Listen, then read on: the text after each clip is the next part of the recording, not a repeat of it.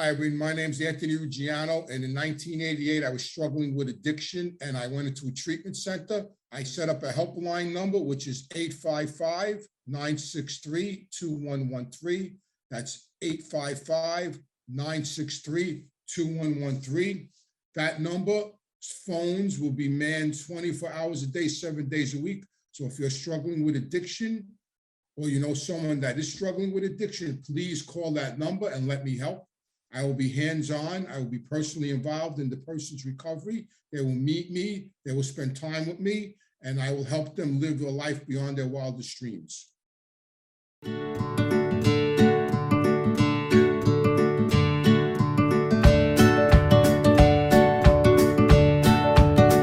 Let everybody know the shirts are in, Reformed Gangsters. If you want to purchase one, please go to my website, anthonyruggiano.com, and order your shirt. Come get them, they're hot.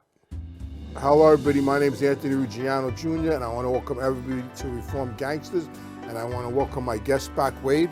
How are you, buddy? How you doing, my friend? So another episode of the Behind the Gangster today. These things are going real well. Going good. They're going very good. People like it. I mean, you know, we're talking about movies. We're talking about people that I know that, you know, these characters are based on, so it's an interesting topic. And that's always good to get that behind-the-scenes look, because, you know, you can't put everything into a movie. We've talked about that in our past episodes. There's only so much, and then Hollywood is going to put their spin on it. But here's a guy that Hollywood could have a field day with if they ever done a standalone. They kind of did with Witness to the Mob, but Sammy the Bull. Yes. Great character that we're going to talk about here today. Now, he's been portrayed in a couple different movies. Witness to the Mob, I think Nicholas Turturro portrayed him. William Forsythe, who's a fantastic actor. I met him the last time I was down here. Portrayed him in the 96 Gotti movie. And I think, Willie DeMeo portrayed him in the Travolta movie with Gotti. So he's had a lot of people, you know, go after him on screen, but that's just one of those guys. It's kind of hard to get somebody to capture what he is and what he's about. Yeah, and then he had the book, The Underboss's book, which was pretty much his own story. I don't know, you know, like I said earlier, you know, I know these people personally, and when I see these movies, you know, it's hard for me to how could I explain it? To look at it realistically. I know them, you know, so and the movies, these, like I think like Goodfellas, like I knew them. That was really a spot-on movie. Donnie Brasco, that was a spot-on movie. Casino, I mean, I didn't know them, but that was a spot-on. The movies they made about John, I mean, they were good. Like the Amante movie, I believe, was the best one. The Travolta movie, we all know, you know, didn't do anything in the theaters. It basically bombed out. I mean, I can't see Travolta as John Gotti personally. And the guys that played Sammy, I don't know. Some of them did a good job. I mean, but they really, I don't know if they got his essence. You know what I mean? Yeah, Sammy's. William might have been the closest one to get it, in my opinion, of nailing it on screen. But he's a fantastic actor. He's a great character actor, so he can portray a lot of different avenues in film. He's been in films like American Me, where he, you know, was part Mexican. So I mean, he can do a little bit of everything. Yeah, he probably was the best at it. I would love to ask Sammy that question. You know, who do you think played you the best? Like, I know my father wasn't happy with that cop playing him in that little scene in Goodfellas. I know that. But yeah, I would love to ask Sammy that. Hopefully one day I'll get to ask him that question. What does he think about it? You know, like I didn't know Sammy well. I mean, I knew him. I met him. You know, we knew each other. You know, I gave him the respect that he deserved. He was the underboss. I met him when I was a kid with my father, when he was just got straightened out with his construction company. And he was always tough. He was always not stern, but he was, you know, he was always, you know, tough. I used to go to his club, Plaza Suite in Brooklyn. He had a disco up there. I would go up there with my father, and we would drink, and he'd be up there a few times. And, you know, when he became the underboss, like I know, like I said it many times, when I used to go into the Ravenite with Tony Lee, you know, he would be in the back with John, and, you know, he wouldn't shake your hand. If you went to shake his hand first, he would just like tell you, you know, nod his head to John, like you had to shake John's hand first, because John was the boss. And he would stand, you know, like this. He would post up next to John. And I don't think they caught that on screen. Yeah. Yeah, that's what you have to deal with. Sometimes you don't capture, like you said, the whole essence of a person and how they operated. But again, it's Hollywood, but that's why we got you here today to kind of give us a little bit more insight. Now, a lot of people, some may or may not know, depending on how deep you dive into this, but Sammy was actually with the Colombos first. He was not with the Gambinos. What do you know about his Colombo days? I really don't know much about it. All I know is that he was released by them. He went to them. There was some kind of incident. Something happened and they released him, and then he went with Tato with the Gambinos, and he became, that's where he became a made member. But it's not an isolated incident. People going from one family to another. It happens, not often, and it's up to the other family if they want to release you. Like I know my father, he didn't believe in releasing anybody. He was against that. He never released any of his guys to other people. No, that's not true. He released one guy, this guy Charlie Looney, that was with my father.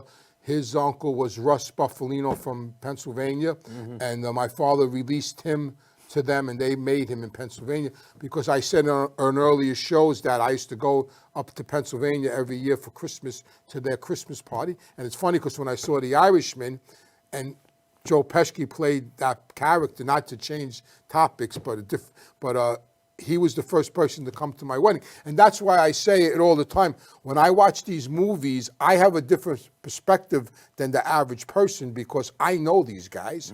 They came to my wedding. I mean, I know them, and so when I see these movies, to me, sometimes they're comical. Yeah. And I don't mean that to disrespect the actors or disrespect the people they're portraying, but I know them. Like this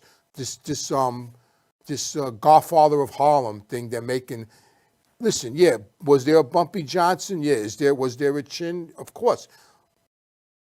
Are they great actors? Yeah, they are. He won an Academy Award. But the show is a comedy to me. Yeah. But to the average person, like I know people that love the show. They go, "Oh my God!" They ask me, "Is it true?" No, it ain't true. It's a complete joke. It's a comedy to me. So my perspective with these movies are different than a regular person. But as far as portraying Sammy, that fella, he did the best. I mean, the movies, they had some of it was the truth, some of it was Hollywood, but they never catch the essence of it. Like the Goodfellas did, Casino did, Donnie Brasco did. They caught the grit of it, I think, more or less. Yeah, and I know when he was with the Colombos, I know he worked up under Anthony Spiro, who's obviously a well-known guy in La Cosa Nostra. He talked about his first hit, a guy named Joe Colucci, I think, where he shot him in the car. I mean, the way he talks about it, that hit just kind of changed. I think he said a Beatles song was playing while it was going on. He said, the Beatles were playing, he shot the guy slumps over, and that was kind of it. That kind of set him on. But now, for a small period of time, he did leave the life and decide to go straight and was just going to do construction until he got picked up on a murder beef, which then made him need to go back to work to get some money to pay these lawyer fees, because I think you and I both know these lawyers don't come cheap. Yeah, I also think he went to beauty school too to become a barber. At one point when he was younger, he went to become a hair cutter. But and that's a turning event in his life. That's the same thing as my father when he did his first hit. He says he was a nervous wreck. And, just like Sammy explained, it's funny because when I listened to Sammy explain that, like you just explained it, I heard Sammy explain it, and then it's like paralleled my father explaining to me his first hit. Like those were my bedtime stories, and it's sort of like my father would say he was a little nervous and he was in the back seat, but after the first one he wasn't nervous anymore. The rest came easy, and I think Sammy feels the same way, and that's the stuff they don't catch in the movies. Yeah. You know what I mean? Like the internal stuff they don't catch in the movies. Yeah, it's kind of hard to catch all these different little intricate parts of their lives. And just in that little statement of where saying that he had got out and was straight-laced, you think for a minute, had he not got picked up on that murder rap and not had to go to, get a lawyer for it, he may not have gotten back in. Yeah, you think maybe the difference of, where La Cosa Nostra would be today if there was no Sammy the Bull? Yeah, exactly. Oh, yeah. If there was no Sammy the Bull, there might have been no John Gotti. Just like I said on another show, if there was no Angelo Quaquac, there might have been. I mean, everything is so intertwined with each other. I mean, it's faith. I mean, if certain things didn't happen, life is different. Life is different. And Sammy, too, like, he was kind of an all-over guy. Like, he done a lot of work for a lot of people. There was a story that I read, and I think I've heard about him talk about it on his show, but Angelo Bruno, who was a longtime boss out in Philadelphia, you know, he got taken out, and it was reported it was his underboss, Anthony Caponegro, I think, that did it. So the New York called Caponegro in. They were killed. Phil Testa took over. They called him the Chicken Man. He was blown up. Yep, he was blown up. They actually, Springsteen put that in one of his songs. You blew up the Chicken Man in Philly last night. Yeah. So there was another guy that was involved in that, and they put out a hit on him. Now, Sammy somehow or another was contracted to do that. Right. His name was Jimmy, I got it in my notes here, Jimmy Keys. Yep. Johnny Keys, excuse me. And Sammy said when they kidnapped them, they took them somewhere, I think it was off Staten Island or somewhere. I may be wrong on the location. But the guy asked them to take his shoes off before Sammy killed him, and that was like a little pact he had made with his wife that if a wise guy was going to take him out, he was going to take his shoes off. He loved her. Yeah. Yeah. No, and that's a true story. I mean, that's all real. I mean, you know, Sammy kidnapped the guy, had him for a couple of hours, even became close with the guy. Yeah. I mean, but that was Costa Nostra. I mean, that guy went out like a trooper. You know, they went through a toll booth. The guy could have called the cops. The guy didn't say a word. I mean, here's the guy knew he was going to die. Sammy winded up having a lot of respect for the guy because that's, you know, and because Sammy was a gangster, you know, and the guy went, just like I told the story about Tony Plate. My father wanted to know he died, you know, and he died like a man, you know. My father used to tell me all the time, a lot of times when people are dying, know they're going to die, they start calling for their mothers. Mm-hmm. I mean, these men didn't.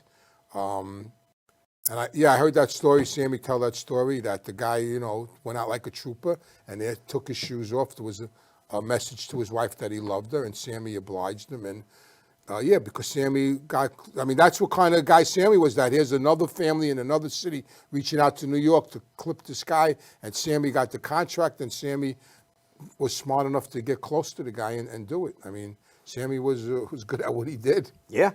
I mean, I think Louis Melito, was with him on that. Now, later, he wound up killing Louis himself, right? Yeah, Louis died. So, in the movie Gotti, they try to put out the narrative. Gotti 96. Okay. They try to put out the narrative that Sammy's killing a lot of these people to gain control of their companies and to take over their business. Louis Melito, D.B. Bernardo, Louis DeBono. They try to put it that he's doing that. Was that the case, or was there reasons? I know there's rumors of supposedly some of these guys were talking bad about John. That's the rumor. I mean, after these people died, Sammy did run the businesses. I mean, but maybe because Sammy was the underboss, you know what I mean? And it just came to him. But that was the rumor. I don't know personally, but I mean, that was the rumor in the street that everybody, you know, the joke was every time someone dies, Sammy winds up with their business, you know? And is it true? Is that the reason? You know, I really don't know. I mean, knowing that life, it's probably a good possibility that was the reason. Because it is about greed, it is about money. But I don't know personally. And he did wind up with a lot of them companies, from what I understand.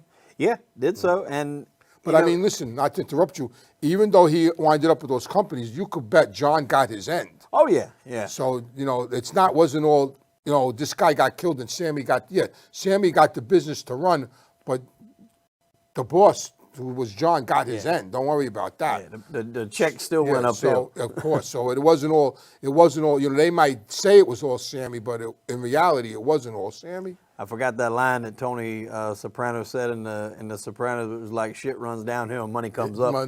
Yeah, you can best believe whoever had it, John was still getting his end. Money goes up. Without a doubt. You think John, knowing John, there's no way that someone would have got clipped, that John would have made Sammy take over the company and not get an end. That ain't happening. There's no way that's going to happen. No way. Now, in the movie, they portrayed him as not somebody that was very flashy, very low-key, didn't go out a lot, would go home at night, didn't really, you know, sleep around on his wife. I mean, they portrayed him as a very cool, calm, collected guy. I think they kind of broke his balls about it in the club that night. I think John was like, this is the world's first pussy-whipped hitman, they called him. So was that kind of true to what you know of? Yeah, from what I heard, yeah. I mean, his daughter talks about it all the time, that he would come home every night and he was just sad. Yeah, but there was a lot of guys like that. I mean, there was a lot of wise guys. You know, I know wise guys that went to church every Sunday and they were killers. You know, there was this guy, Mike Catalano. He was an old-time wise guy from my father from the 50s. he used to go to church every Sunday, and my father used to tell me, he goes to church every Sunday. I wonder if he confesses what he did in L.A. Like, he never told me what he did in L.A., but I can imagine if they flew this guy from Manhattan to L.A., somebody got killed. Yeah. You know what I mean?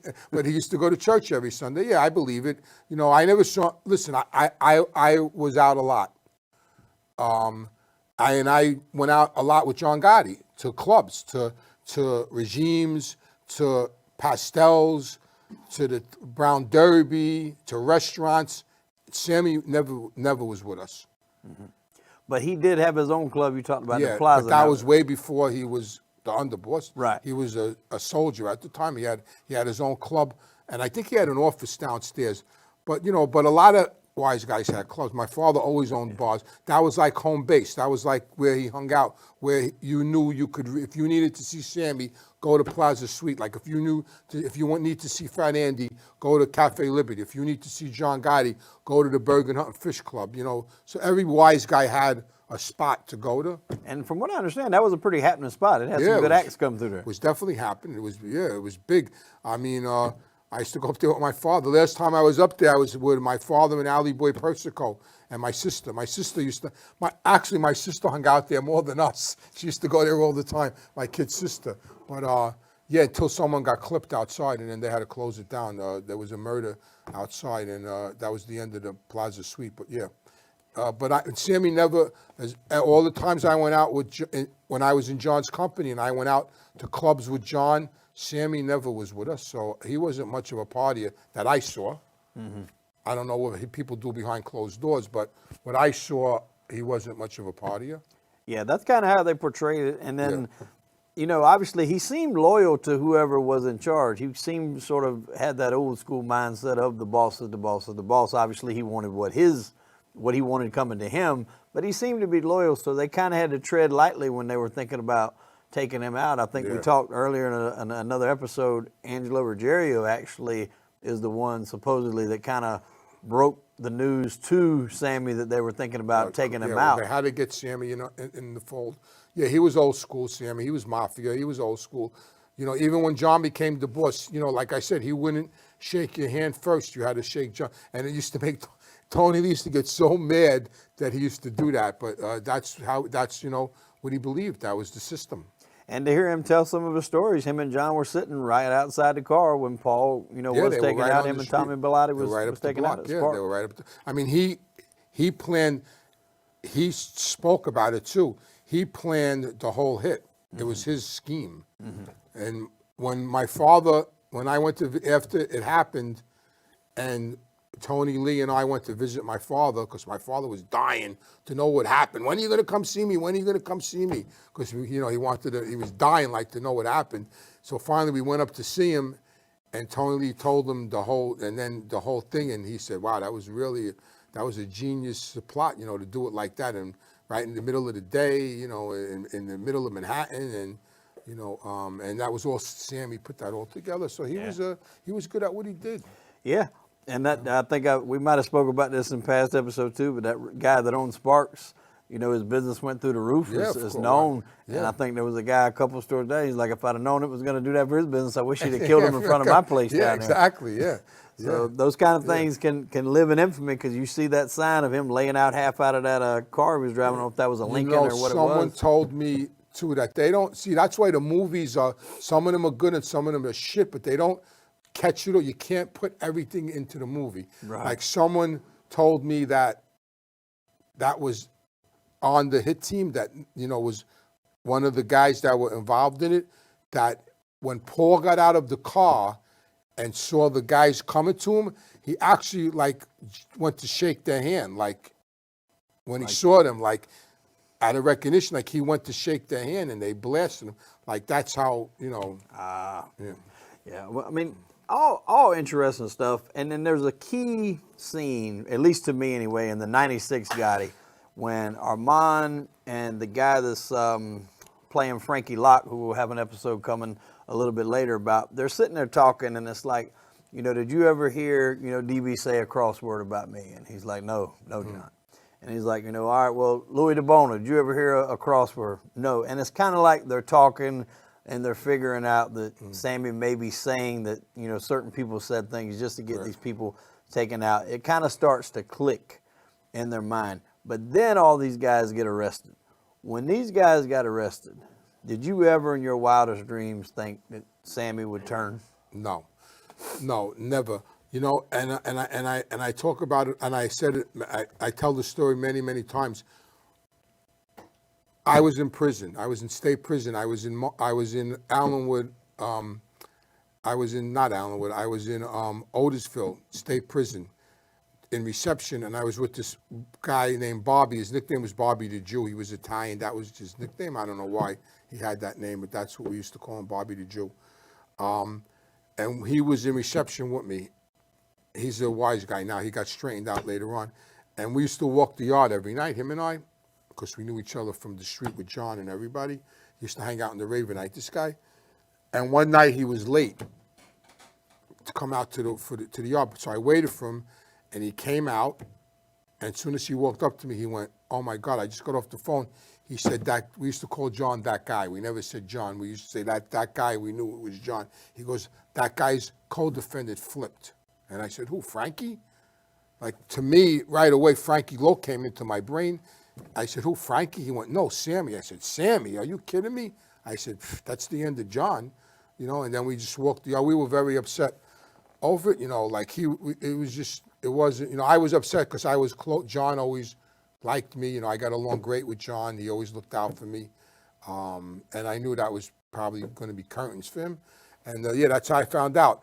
And I think the '96 movie, I would give that movie more heads up than I think the Travolta movie. The difference between the '96, I think Armand Assante was the best John Gotti. Yeah. But I think the difference, my opinion, the difference between the '96 movie and the Travolta movie is John Jr. Yeah. That's the difference. John Jr. didn't have his hands in the '96 movie, but he had his hands all over the John Travolta movie. That's why it's a little different than the '96 movie, especially with certain, like what you talked about earlier. That's because John Jr. was involved in the '96 in the John Travolta movie. That's the difference between the two movies. Jr. was involved in the Travolta movie and not the other two movies or the '96 movie. Yeah, and that movie went through a ton of rewrites, reboots, directors. Originally, I think Stallone was signed on to play Gotti in the beginning, and that fell apart. I think Al Pacino and Joe Pesci were involved. Well, Joe Pesci, I think, sued them. He did. He put on a lot of weight, from what I understand, to play, I think, Ruggiero. Yeah, he sued them. And then the production got halted, and then he sued him. Yeah, because he had put on quite a bit of weight to do that. I don't know whatever happened to that, but he sued him. But I think that's the difference between the movies, that Junior had his hands on. Junior. I just couldn't, you know, like I couldn't, because like I said, I have a different perspective on these movies than the average person, because I know these people. Like, for me personally, don't get me wrong, John Travolta is a great actor. I mean, you know, but to me, he's Vinnie Barbarino. Mm-hmm. You know what I mean? Yeah. I mean, you know, like, you know, Welcome Back, Kotter. You know, he's not John Gotti. You know, and he's Vinnie Barbarino. You know what I mean? Like, so for me, when I look at that movie, I just can't get past. It's John Travolta playing John Gotti. I can't get past it. Mm-hmm. So that's why I have not watched the whole movie from beginning to end. I watch it in bits and pieces because I just can't get past John Travolta. And like I said, not because he's a bad actor, because I just can't see him as John Gotti. Yeah. Knowing John Gotti the way I know John Gotti, I just can't see him. I could see De Niro playing John Gotti, a younger De Niro, not him today. He's 79 years old. Right. I could see a Goodfellas De Niro playing John Gotti, a Casino De Niro playing John Gotti. I think he would have been a great John Gotti, because just out of those other roles, he acted more like John Gotti playing other characters than these people act as playing John Gotti. If that makes sense to you? Yeah, no, it does 100%. So when Sammy does flip, obviously it's detrimental to the Gambinos. I mean, John goes down, Frank Locascio goes down, a number of other people, you know, go down through all this. And then he wasn't the first to do it. Obviously, there's people that's been documented on record that's done it before. What's the Abe Kid Twist Relis done it. Murders Incorporated. Valachi Joe Valachi. So he wasn't the first, but I think he was probably made the biggest impact, I would think, at that time, because John was all over the news. He's on Time Magazine. Oh, yeah. And so now when he does this, it puts John down. And then he really, I guess the life was just so much in him, he gets I forgot how many years he wound up doing, even after all the murders, because the government wanted Gotti. Yeah. They really, at the end of the day, didn't give a damn how many people Sammy killed. They wanted Gotti. Right. So they get their man, and then he goes to Arizona, and he still stays in, somewhat of a criminal lifestyle. Yeah, I mean, he did 5 years with the murders. I mean, I think he did around 5 years. He gets out, he gets relocated to Arizona, and then eventually he gets locked up for selling ecstasy, He still to this day says he just did it to protect his family, that he wasn't hands-on. I mean, the law enforcement says otherwise because of the tapes they have. His son was involved. Mm-hmm. I mean, and he wound up doing what, another 17 years. Knowing Sammy, knowing what we know about Sammy, was he involved? It's hard to say. I mean, it's hard to say. I want to believe that he wasn't, that he really did just get involved to protect his family, his son and his daughter, because I mean, it would be terrible. Like I look at myself like, if I was going to cooperate and then still commit crimes, I would always think he would be smarter than that. Right. You know what I mean? Like, what's the point? Yeah. And you're already under the watch list. I mean, you're living up under the government already. And they're not going, and the government's not going to do nothing for you. Right. Because it's a blight. It makes them look bad. Like here we are. You killed X amount of people. We put you back in the street, and you want to commit crimes. Don't get me wrong. There's guys that cooperate that are committing crimes, because that's just who they are. They just don't want to change. They don't have the capacity or to create new things. I don't want to believe that Sammy was incapable of that, because he was an intelligent guy. He knew how to earn money, and I want to believe that he just did it to help his family. Yeah, I can see him doing that. I can see him taking that bit. I mean, he's already a little older. Because that's what kind of guy he was. He wasn't going to let his kids go to jail. He wasn't going to let his wife go to jail. That wasn't happening. You know what I mean? He was too much of a man for that. He wasn't going to do that. Right. Just like I wouldn't do that or you wouldn't do that. And he took it on the chin. Yeah. Yeah. And then he gets out. He starts his own podcast. And he's doing very well. Now he's doing great. He's Hollywood Sammy. Yeah. I'm waiting to go on his new show. Yeah. Yeah, that's Sammy. Open invite there for this man. Yeah. Now, Our Thing TV. Our Thing TV is doing well. The things he's done in the past with Francis have been very well. Yeah, no. And I mean, I guess to have somebody that is now free to give all those pieces of information, a lot like we're doing here, that was that hands-on, that they're involved with all those murders, right there with John. I mean, it's, whether people agree with the decisions Sammy made or not, it's still must-see TV for people that are, interested in this industry. Yeah, I mean, listen, it's a unique lifestyle, and not, that's what I mean. It's a unique lifestyle, and not everybody could live it, not everybody could do it, and it's interesting. Yeah. It's interesting, and people want to know about it because it's like I said, it's a unique lifestyle. We were talking about it earlier. Like the Uvas, the murder that took place on Christmas Eve of the people that were robbed in social clubs. I mean, here it is. Christmas Eve, they're gunned down in front of a church in Ozone Park, and the shooters, I'm sure, after that murder, went home and had fish dinner with their families, because Italians eat fish on Christmas Eve, this Feast of the Seven Fishes, and put toys together for their kids. I mean, it's a unique lifestyle, and people are intrigued by it, Yep. Sure is. Well, I mean, did you have any personal interactions with Sammy throughout the streets, or was you kind of running on different sides? Or did you have any personal interactions? I never did any business with him. Okay. My father did. Like I said, I would see him all the time at the Ravenite. I was, hello, how are you? We have a few words. A couple of. I met him one time. I went there with some girls. It was on this feast, Saint Gennaro feast, and he was in there and he was laughing. I walked in with two girls that were up from Florida. They were friends of mine, good-looking girls, and he was there. But I met him a lot, most of the times, you know, at weddings, at Christmas parties, and at the Raven Night. And we would always talk. I was always respectful to him. He always said hello to me, he asked me, you know, how's your father, you know. Yeah, I got along well with him, but I never did any business with him. Right. Yeah, I mean, it seems, looking back over the track, I mean, obviously he had a lot of successful business himself, but looking back from another perspective, I don't know if I'd want to get too close to I don't know if I want my business to get too big, because then it became where you kind of looking back over here, well, I might want that for me, you know what I'm saying?